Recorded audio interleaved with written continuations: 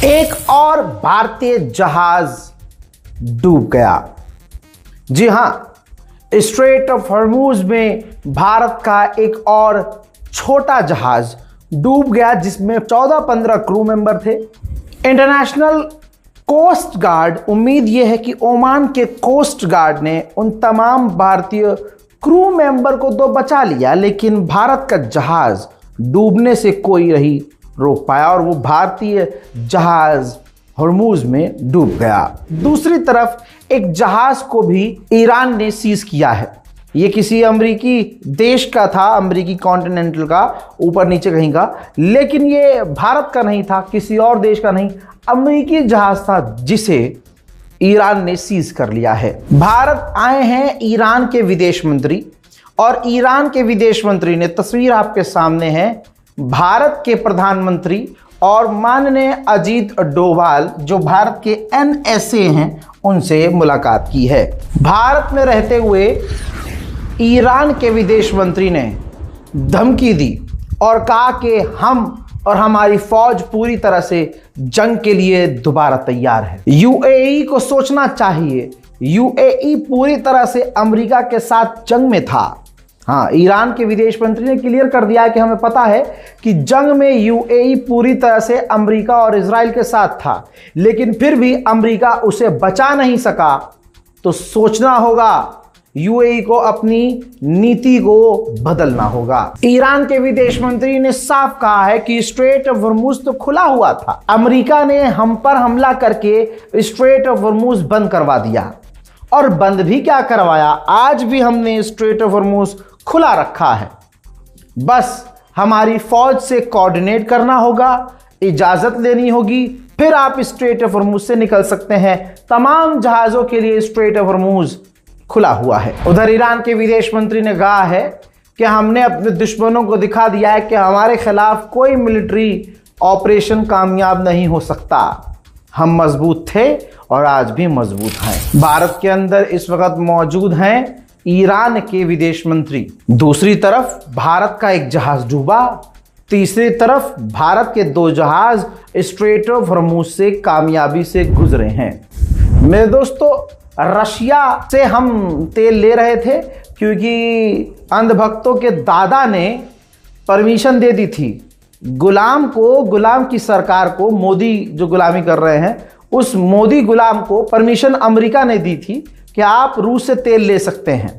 आज वही मोदी गुलाम की सरकार, ये रही रिपोर्ट, अमेरिका के पास भीख मांगने गई है और अमेरिका से भीख मांगते हुए कहा है कि हमें रूस से तेल लेने की परमिशन दे दीजिए, जो आपने परमिशन दी थी उसका वक्त बढ़ा दीजिए। भारत में इसकी आलोचना शुरू हो चुकी है। मोदी सरकार नंगी और घिनौनी होकर सामने आ चुकी है। जो 56 इंच की छाती थी, आज दुनिया को दिख गया है कि वो 56 इंच की छाती नहीं, 56 इंच की पीठ है मोदी की। यानी अमेरिका अब ये तय कर रहा है कि रशिया से हमें तेल लेना है कि नहीं लेना है, कब नहीं लेना और कब लेना है। ये तमाम चीजें अब खुलकर सामने आ चुकी हैं। ईरान ने बहुत बड़ा खुलासा किया। ईरान ने कहा कि लास्ट नाइट 30 जहाज गुजरे हैं स्ट्रेट ऑफ हॉर्मूज से हमारी परमिशन के बाद, और उन 30 में से ज्यादातर वेसल्स चाइना के हैं। अमेरिका के विदेश मंत्री ने कहा कि चाइना की सरकार ने भी इस बात पर रजामंदी जताई है कि स्ट्रेट ऑफ हॉर्मूज आज़ाद होना चाहिए, खुला होना चाहिए, किसी एक का उस पर कब्जा नहीं होना चाहिए। और जो टोलिंग सिस्टम है, जो वहाँ जहाज़ों को टोल देना पड़ रहा है, किसी भी जहाज़ को ईरान को टोल नहीं देना चाहिए। डोनाल्ड ट्रंप चीन के दौरे पर हैं, जिसके बाद ये बयान आया है। अब आप इसको ये भी कह सकते हैं कि चीन का ये हल्का सा झटका ईरान को है, लेकिन ईरान ने इस पर कोई विरोध नहीं जताया है। इसके बाद डोनाल्ड ट्रंप का खुद का बयान आया है। डोनाल्ड ट्रंप ने कहा कि शी जिनपिंग ने मुझसे वादा किया है कि हम ईरान को हथियार नहीं देंगे, लेकिन वो ईरान से तेल लेते रहेंगे। और शी जिनपिंग ने खुद बताया है कि वो खुद चाहते हैं कि अमेरिका के साथ ईरान की डील हो जाए, जिसके लिए वो हमारी मदद करने को तैयार हैं। यानी एक तरह से डोनाल्ड ट्रंप चाइना पहुंचा है भीख मांगने के लिए कि हमारी ईरान से डील करवा दो। अमेरिका के पूर्व राष्ट्रपति जनाब ओबामा ने पूरी तरह से डोनाल्ड ट्रंप की सरकार को नंगा कर दिया। देखिए, डोनाल्ड ट्रंप को नंगा कर दिया। और जो ओबामा ने बोला है, आज की तारीख में यह बात सबको समझ में आएगी। ओबामा ने कहा कि हमने बिना किसी इंसान को मारे, एक मिसाइल फायर किए बिना भी, ईरान पर हमला किए बिना भी हमने ईरान के साथ डील कर ली थी और उसका यूरेनियम खत्म कर दिया था, बंद कर दिया था डील करके। और वही सेम डील डोनाल्ड ट्रंप ने तोड़ दी, डील से बाहर आया, फिर ये माहौल बना। अब वही डील करने के लिए हमला कर दिया, ईरान से जंग छेड़ दी। और डोनाल्ड ट्रंप उस डील को इसलिए तोड़ा सिर्फ क्योंकि वो डील मैंने करी थी, वो डील ओबामा ने की थी। और ये डील का क्रेडिट चाहिए था इस आदमी को, डोनाल्ड ट्रंप को। तो वही डील जो हमने की थी, उसी डील को करने के लिए पहले वही डील तोड़ी और उस डील को करने के लिए ईरान पर ट्रंप ने प्रेशर बनाया और अब वही डील करने के लिए ईरान पर हमला कर दिया।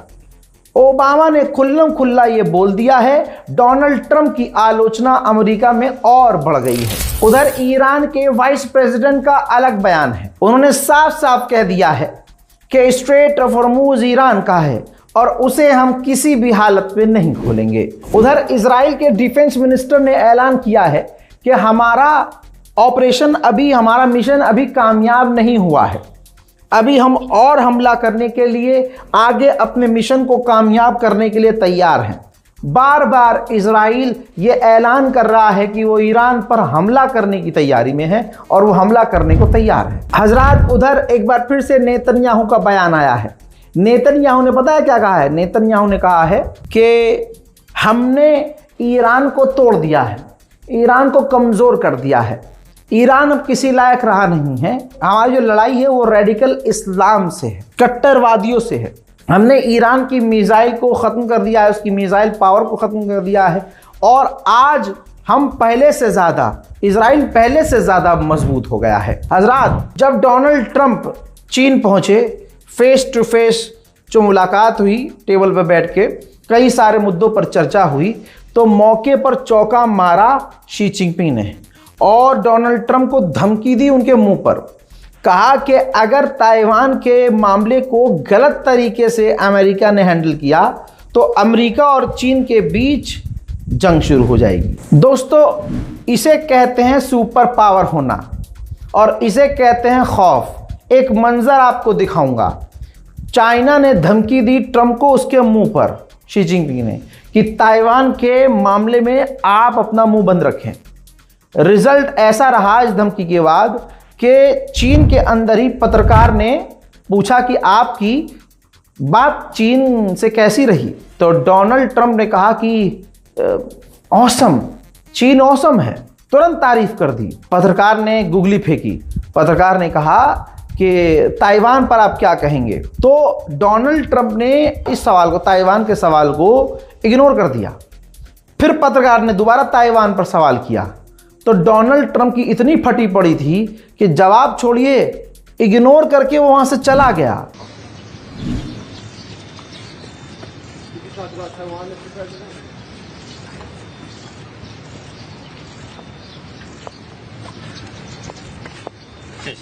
Thank you. Thank you very much. Mr. President, did you talk about Taiwan? Thank you, press. Thank you, press. Thank you, press. Okay.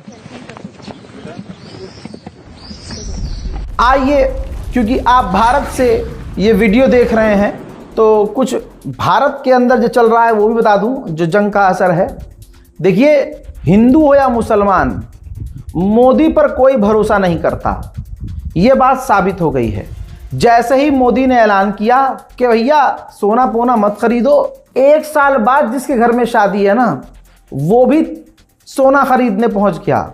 Bridal jewellery 20% ज़्यादा खरीदने लगे लोग और इतनी तोड़म ताड़ महामारी हुई, भाई सोने की दुकानों में भरमार, आसमान पर रेट पहुंच गया। भाई डोनाल्ड ट्रंप जैसे बयान देता और स्टॉक मार्केट हिलता है, किसी का नुकसान होता है और कोई फायदे में रहता है, ऐसे ही बयानबाजी जो मोदी ने की है इसका उल्टा असर हुआ है। मोदी ने जो जो कहा था जनता ने उसका ठीक वैसा उल्टा किया है और मोदी को आईना दिखा दिया है कि देख बेटा, तुम्हारे चेहरे पर हम भरोसा नहीं करते। और एक बात हिंदुओं ने साबित कर दी कि मुसलमानों की नफरत में मोदी को प्रधानमंत्री मान के बैठा है ये समुदाय, वरना इनको भी मोदी पर अब कोई भी भरोसा नहीं है। लोगों के लिए, हमारे लिए कितनी अच्छी है इस बात से अंदाजा लगाइए। और देश का गोदी मीडिया, जो मीडिया नहीं है वो मोदी मीडिया है, मोदड़ी मोदड़ी और सिर्फ मोदड़ी मोदड़ी ही करेगा। देश में नुकसान कुछ होगा तो उसका सारा क्रेडिट कांग्रेस को देना है, सारा इल्जाम विपक्ष को देना है। देश में और दुनिया में, दुनिया के किसी भी कोने में कुछ अच्छा होगा तो उसका क्रेडिट मोदी को देना है। यह है आज का देश का, हमारे इस मुल्क का मीडिया। आपको पता है उत्तर प्रदेश में साइक्लोन आया, तूफान आया, जिसमें दर्जनों लोग मारे गए। बताइए किस मोदी मीडिया ने खबर चलाई? आपकी स्क्रीन पर ये जितने भाड़गिरी करने वाले, भड़वागिरी करने वाले ये जितने पत्रकार हैं जो मोदी की भड़वागिरी खाते हैं, इनमें से किसी एक पत्रकार ने डिबेट किया कि साइक्लोन से इतने लोग यहां मारे गए और ऐसा हो गया वैसा हो गया? पूछता है भारत कभी इन्होंने पूछा? नहीं। पता है व्लादिमीर पुतिन, ये रही रिपोर्ट, रूसी मीडिया ने छापा। व्लादिमीर पुतिन ने भारत के प्रधानमंत्री माननीय नरेंद्र मोदी को, जी हां, शोक व्यक्त किया है जो भारत के अंदर साइक्लोन आया और भारतीयों की मौत हुई।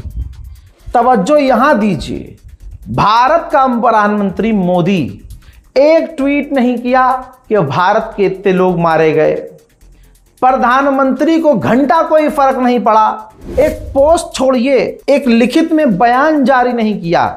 जैसे कि मोदी को सच में ये हकीकत है फर्क नहीं पड़ता, उसकी नजर में भारत की जनता कीड़ा मकोड़ा है और कुछ नहीं। यानी भारत का प्रधानमंत्री भारतीयों के मरने पर शोक व्यक्त नहीं करता है और भारत का मीडिया वो खबर नहीं दिखाता है, लेकिन रूस का मीडिया खबर दिखा रहा है कि भारत में साइक्लोन आया और भारतीय मारे गए। रूस का राष्ट्रपति शोक व्यक्त कर रहा है और हमारा प्रधानमंत्री पैक कर रहा है ट्रिप मारने के लिए कि ट्रिप पे जाऊंगा जी। ये है मोदी सरकार। उधर भारत के अंदर देश हित में मोदी जी 18 घंटे काम करते। देश हित में मोदी जी ने 3 रुपये डीजल और पेट्रोल का दाम बढ़ाया है और भारत की इस तरक्की से किसी हिंदू को तकलीफ नहीं होनी चाहिए। अच्छा, यहां पर मैं हिंदुओं से पूछना चाहूंगा, जो बड़े खुश होते हैं जब हिंदू मुसलमान होता है। मुसलमानों से नफरत आज हिंदू समाज अच्छे से करता है, बस ये है कि कोई बोल के करता है, कोई छुप के करता है। ठीक, नफरत खूब दबाकर है। अब मैं उनसे पूछना चाहता हूं, जितने भजपिल्ले हैं, जितने हिंदू संगठन वाले हैं, यार ये ऐसा नहीं हो सकता कि जो ये पेट्रोल डीजल के दाम बढ़े हैं ये सिर्फ मुल्लों के लिए बढ़े हैं। जब जैसे कि कोई जाए पेट्रोल पंप पर अपनी गाड़ी लेकर, तो कोई मुल्ला हो तो मुल्ले को जो है 3 रुपये बढ़ाकर मिले, हिंदुओं को सस्ता मिले, ऐसा हो सकता है? नहीं, मोदी जी नहीं कर रहे हैं। गजब बेइज्जती है। भारत की तरक्की जबरदस्त तरीके से हो रही है। जहां मोदी सरकार ने कहा था कि हर दिन हर साल लाखों करोड़ों रोजगार पैदा होंगे, ये जरा अखबार में पता नहीं क्या लिखा है, मुझे पढ़ना नहीं आता है, आइए जरा पढ़ लेते हैं साथ में। शायद लिखा है कि मध्य प्रदेश में 1,20,000 पद खत्म कर दिए गए हैं, इन पर कोई भर्तियां ही नहीं होंगी। आप समझ रहे हैं? आप विकास देखिए, भारत में इतना ज़्यादा और खासकर मध्य प्रदेश में इतना विकास था कि मोदी सरकार को इस विकास को रोकना पड़ा। नौकरी ही नहीं मिलेगी, मतलब नौकरी तो छोड़ दिए, पद, जो पद हैं वो अब 1,20,000 पद कभी भरे नहीं जाएंगे जो खाली थे। मध्य प्रदेश के हिंदू चिंघाड़ते थे ना, मुल्ले मारे जाएंगे, राम राम चिल्लाएंगे, मुल्ले से मुल्ला करते थे, नफरत खूब फैलाते हैं। अब मध्य प्रदेश के मोदी जी ने दे दिया है, लो बेटा नौकरी चाहिए ले, मिलेगी तो बहुत दूर की बात, ख्वाब देखे हो। जो पहले मिलती थी वो भी नहीं मिलेगी। ये है विकास। मोदी जी का बहुत बहुत धन्यवाद, बहुत बहुत धन्यवाद। अब आगे की सुनिए। नीट का जो एग्जाम लीक हुआ है, आपने देखा ये गलती किसकी है? जो माँ बाप मोदी मोदी मोदी मोदी करते थे, आज उन्हीं के बच्चे खून के आंसू रो रहे हैं। और वो माँ बाप जो मोदी भक्त हैं, अब वो एक लाइन भी मोदी के खिलाफ बोल नहीं पा रहे, सरकार के खिलाफ सवाल नहीं कर पा रहे हैं। क्यों? क्योंकि वो मोदी भक्त हैं।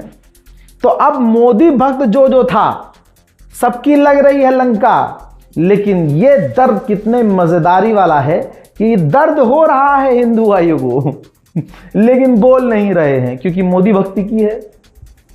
उनको दिमाग में डाल दिया कि देखो मोदी जी की आलोचना करोगे पेपर लीक होने पे तो ये जो मुसलमान है ना ये खुश होंगे, ये मुल्ले खुश होंगे। पेपर लीक हुआ है, ठीक है। भाजपा के नेताओं ने लीक किया है, ठीक है। 30 लाख में ठीक है, मानते हैं लीक हुआ है, ठीक है, करप्शन है। आपके बच्चे का भविष्य जो है ख़तरे में पड़ गया है, हैं? आपका बच्चा बेरोज़गार रहेगा, डॉक्टर पाक्टर ज़िंदगी में नहीं बन पाएगा, हम सब मानते हैं। लेकिन ये जो तुम ऐसे आलोचना कर रहे हो, सोचो मुल्ले कितना खुश होंगे। ये देश कोई मुल्लों का थोड़ी देश है। प्रधानमंत्री हिंदू है। अगर एक हिंदू ने एक हिंदू का ज़िंदगी तबाह कर दिया, आपका बच्चा नहीं बन पाया डॉक्टर, तो बताइए आपके बच्चे का भविष्य ज़रूरी है कि देश का भविष्य ज़रूरी है? लगे पड़े हो बुराई करने में, अरे पाप लगेगा। मोदी है वो, मोदी है।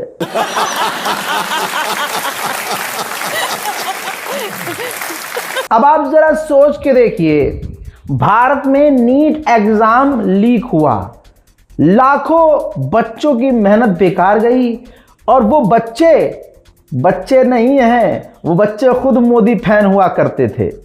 सोशल मीडिया पर, ट्विटर पर, इंस्टाग्राम पर यही वो बच्चे थे जो हमेशा मोदी मोदी करते थे। अब आप देखिए, पेपर लीक हुआ, क्या प्रधानमंत्री मोदी ने प्रेस कॉन्फ्रेंस करी नीट पर? क्या एजुकेशन मिनिस्टर ने नीट एग्जाम लीक होने पर कोई प्रेस कॉन्फ्रेंस की, सवाल जवाब किए? नहीं किए। और यही पार्टी पूर्व प्रधानमंत्री मनमोहन सिंह को म्यूट प्रधानमंत्री कहा करती थी। तो आज दुनिया देख ले कि म्यूट प्रधानमंत्री कौन है। खबर यहां तक आ गई है, पत्रकार रणविजय सिंह बताते हैं कि ऋतिक मिश्रा ने फांसी लगा ली है। लखीमपुर खीरी के रहने वाले ऋतिक ने इस साल नीट की परीक्षा दी थी। जब से पेपर रद्द होने की खबर आई, तब से वे परेशान था। घर वालों ने बताया कि ऋतिक ने बहुत तैयारी की थी, वो पेपर रद्द होने की बात झेल नहीं पाया। नीट पेपर लीक में बीजेपी नेता गिरफ्तार है। बीजेपी नेता का कहना है कि इस मामले में बड़े लोगों को बचाया जा रहा है। तो एक ने तो अपने आप को खत्म कर लिया है, वो भी ऋतिक निकला, मुल्ला नहीं निकला। अब हिंदुओं को सोचना चाहिए। अब हिंदू संगठनों को वो जो करते हैं ना, वो बड़ा सा तंबू लगाकर, माइक लगाकर वो करते हैं, है ना, तो उसमें पूरा करना चाहिए प्रोग्राम की नीट के एग्जाम में सिर्फ जब नीट एग्जाम कैंसिल हो या पेपर लीक हो तो फिर सिर्फ जो मुल्ले छात्र हैं वही जो है आत्महत्या करें। हिंदू क्यों करें? हिंदू ना करें। ऐसा कुछ करना चाहिए, करना चाहिए। हिंदू संगठन कहाँ है? अब ये जो लाखों हिंदू बच्चों का भविष्य का बेड़ा गर्क हुआ है, अब भाई वो हिंदू संगठन तौबा तौबा, उनकी क्या ही गलती है? जब अम्मा अब्बा लगे थे मोदी मोदी करने में, तो औलाद की जिंदगी अब जब तबाह हुई तो उनके मुंह से कुछ निकलेगा क्या? अब आप सोचिए, लाखों बच्चों की जिंदगी भविष्य तबाह करने वाला बीजेपी का नेता निकला। कोई भी हिंदू खड़ा होकर सवाल कर रहा है। मोदी भक्ति में कमी नहीं है, यहां तक कि मोदी जी कुछ भी कर दें, कुछ भी हो ही रहा है भाई, लेकिन कोई सवाल नहीं करेगा। गोदी मीडिया में चल नहीं रहा है। ये देखिए जरा, ये घर जो आप देख रहे हैं मकान की, ये 2 तस्वीर आपको दिखा रहा हूं। नीट पेपर लीक कराने वाले बीजेपी नेता दिनेश का ये घर है। शानदार आलीशान मकान आपको नजर आ रहा है। इस पर बिल्डोजर चला नहीं क्योंकि दिनेश है भाई, दिनेश दानिश होता तो बिना एफआईआर के ही घर को तोड़ दिया जाता, इलीगल बताया जाता और तोड़ दिया जाता। तो ये जो प्रैंक हो रहा है ना, ये मुसलमानों के साथ नहीं हो रहा है, प्रैंक मोदी सरकार हिंदुओं के साथ कर रही है। मध्य प्रदेश में 1,20,000 नौकरियां तो अब मिलेंगी ही नहीं, कभी होंगी नहीं, अब दोबारा उसमें भर्ती ही नहीं की जाएगी। और यहां नीट एग्जाम कैंसिल करवा के आगे के लिए नौकरियां खत्म की जा रही हैं कि भैया नौकरी देनी ही ना पड़े। मोदी की धुरंधर 3 की स्क्रिप्ट तैयार है, उसमें यह सीन दिखाया जाएगा कि पाकिस्तान के 1,000 आतंकवादी भारत आए थे और पता है वो तैयारी कर रहे थे नीट एग्जाम की, और वो नीट एग्जाम दे चुके थे और वो पास भी हो गए थे। पेपर चेक करने वाली मशीनरी और सिस्टम ने डिटेक्ट किया कि ये अचानक से बहुत सारे मुसलमान बच्चे नीट क्लियर कर चुके हैं, ये डॉक्टर बन जाएंगे। और फिर जब हमारी मोदी सरकार ने, खुद मोदी जी ने रात भर इन्वेस्टिगेशन की तो पता चला कि वो भारतीय जो मुसलमान थे वो भारतीय नहीं थे, वो पाकिस्तानी थे। आप स्क्रिप्ट सुनिए, धुरंधर 3 की बता रहा हूं, ये बताया जाएगा। फिर मोदी जी ने रात भर खुद जाकर दुनिया की तमाम बड़ी से बड़ी इंटेलिजेंस से रिपोर्ट मंगवाई तो पता चला कि वो बच्चे जिन्होंने नीट का एग्जाम दिया था वो पाकिस्तानी थे। अगर वो पास हो जाते और वो ऊंचे ऊंचे पदों पर चले जाते और वो डॉक्टर बन जाते तो वो एक बड़ा ऑपरेशन पाकिस्तान के इशारे पर भारत के अंदर अगले 20 साल तक करते रहते। हर भारतीय जिसका वो ऑपरेशन करते वो उनके सीने में चिप डाल देते चाइना की। पाकिस्तान ने चीन से चिप खरीदी थी और वो चिप दी थी पाकिस्तानी बच्चों को। वो पाकिस्तान के बच्चे बॉर्डर क्रॉस करके इलीगल तरीके से भारत आए थे। नीट की तैयारी उन्होंने 2 साल तक की थी और एग्जाम उन्होंने क्लियर कर दिया था। मोदी जी को पता चल गया था, मोदी जी ने रातों रात चुटकी बजाते ही एग्जाम कैंसिल करवा दिया। ला ला ला ला ला आदि बन के सोचिए मोदी सरकार कितनी फेल है, कितनी फेल है। और मोदी का गू खाने का कंपटीशन चल रहा है जिसमें धुरंधर 3 के डायरेक्टर ने गू नहीं पूरा लहंगा ही निगल लिया। फिल्म में क्या क्या दिखाया गया, फर्जी नोट की कहानी दिखाई गई। मोदी सरकार ने कहा कि हमने अपने कार्यकाल में जो नोट छापे और छपवाए हैं उसकी कॉपी नहीं हो सकती। जरा ये वीडियो देखिए और इन्वेस्टिगेशन कर लेना। चैलेंज कर रहा हूं, किसी की औकात हो तो झूठी साबित करके दिखा दो। एक नहीं है, ऐसे हजारों वीडियोज हैं। इंस्टाग्राम पर रील बनाकर धड़ल्ले से नकली नोट बेचे जा रहे हैं। अब वो चिप वाली आंटी और तिहाड़ी है कहां जो भारत के नोट के अंदर, भारतीय नोटों में सैटेलाइट कनेक्टिविटी बता रहे थे कि इसके अंदर चिप डली हुई है। और रूबिका लियाकत से पूछ दो तो वैसे ही बंदर ये ऐसा मुंह है और वो पिचका लेती है मुंह। ये क्या है, एक बार वीडियो देखिए। मेरे पास न्यूज स्टॉक अवेलेबल आ चुका है, देखो A1 की क्वालिटी मिलेगी भाई। पूरे नोट ऐसे ही गिन कर लेना। अगर कोई सहमति चाहिए तो ऐसे ही मशीन हमारी तरह लाना और मशीन में डाल के चेक करके लेना माल। अगर कोई मन में खोट हो भाई, आमने सामने आओ, पहले सैंपल लेके जाओ। अपने पास कोई प्रॉब्लम वाला काम नहीं है, अपना कोई प्रॉब्लम वाला 1 के 10 के लालच में मत जाओ। पहली बात तो 1 के 10 के लालच में जाओगे तो कुछ भी हो सकता है। आज जो भी हिंदू खड़ा होकर मुसलमान को आतंकवादी कहे, ये सारी चीजें इकट्ठा करके रखो और याद कर लो। जब भी कोई माइक तुम्हारे मुंह में लगाया आके और वो तुम्हारे बारे में, मुसलमानों के बारे में उल्टा सीधा बोले, धड़ल्ले से तड़ाता नाम लेना शुरू कर दो कि बाबू आतंकवादी हिंदुओं में है कि मुसलमानों में है, जरा देख लो। यूपी एटीएस अगर ना होती तो पता नहीं क्या होता। भाई यूपी एटीएस ने एक आतंकवादी को गिरफ्तार किया है, कृष्णा मिश्रा जिसका नाम है, जिसका पाकिस्तान से लिंक था और पाकिस्तान के इशारे पर भारत के अंदर यह बड़ा कांड करने की तैयारी में था। तो पाकिस्तान के इशारे पर भारत का हिंदू आतंकवादी बनकर काम कर रहा था। लेकिन क्या किसी मीडिया ने, गोदी मीडिया ने, किसी गोदी मीडिया के एंकर ने यह बताया, दिखाया, समझाया, बोला ना? क्योंकि यह खेल है। मुसलमान अगर एक चींटी को मार दे तो वो आतंकवादी है, और हिंदू अगर आतंकवादी और आतंकवाद का साथ दे, पाकिस्तान आतंकियों का साथ दे, तो सर वो तो मिश्रा है ना सर, मासूम है ना sir but he is Mishra ना सर। हट हजरात, इन लोगों का कोई भी वैल्यू नहीं है, कोई औकात नहीं है। मोदी के जो भक्त हैं, पिल्ले जो हैं मोदी के भाई, वो सारे दिन पाऊ पाऊ करते हैं। औकात क्या है? मोदी सरकार इन्हीं को रेल देती है। जरा ये पोस्ट देखिए, न्यूज 24 का सोर्स है। फिलिस्तीन के मुद्दे पर साफ साफ भारत ने फिलिस्तीन का साथ दिया है और 2 स्टेट सॉल्यूशन का साथ दिया है। ब्रिक्स सम्मेलन के दौरान भारत के विदेश मंत्री माननीय जयशंकर ने साफ कहा है कि फिलिस्तीन के मुद्दे पर हम 2 स्टेट सॉल्यूशन सपोर्ट करते हैं। एक तरफ नेतन्याहू को अपना बाप बनाया मोदी ने, फादरलैंड कहा, और हिंदू बड़े खुश हुए। इधर जब फिलिस्तीन की बात आती है तो ब्रिक्स में खड़े होकर कह देते हैं कि नहीं, हम तो 2 स्टेट सॉल्यूशन को सपोर्ट करते हैं, जबकि इजराइल 2 स्टेट सॉल्यूशन के खिलाफ है।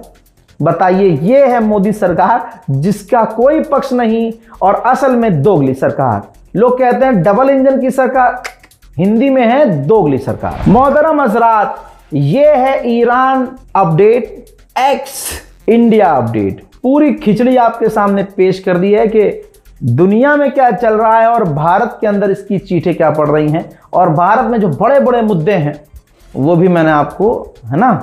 तो इस रिपोर्ट को शेयर कीजिए, अपनी राय कमेंट में लिखिए। लोग कह रहे हैं रजा भाई 5 मिनट का वीडियो बनाइए, 10 मिनट का वीडियो बनाइए। भाई मेरे लिए तो 10 मिनट का वीडियो आसान है, लेकिन 10 मिनट में मैं आपको 10 खबर भी नहीं दे पाऊंगा जितनी खबरें हैं। भले ही मैं कम अपडेट दे रहा हूं क्योंकि मैं अपने स्टेट में नहीं हूं, अपने घर पर नहीं हूं, स्टूडियो में नहीं हूं।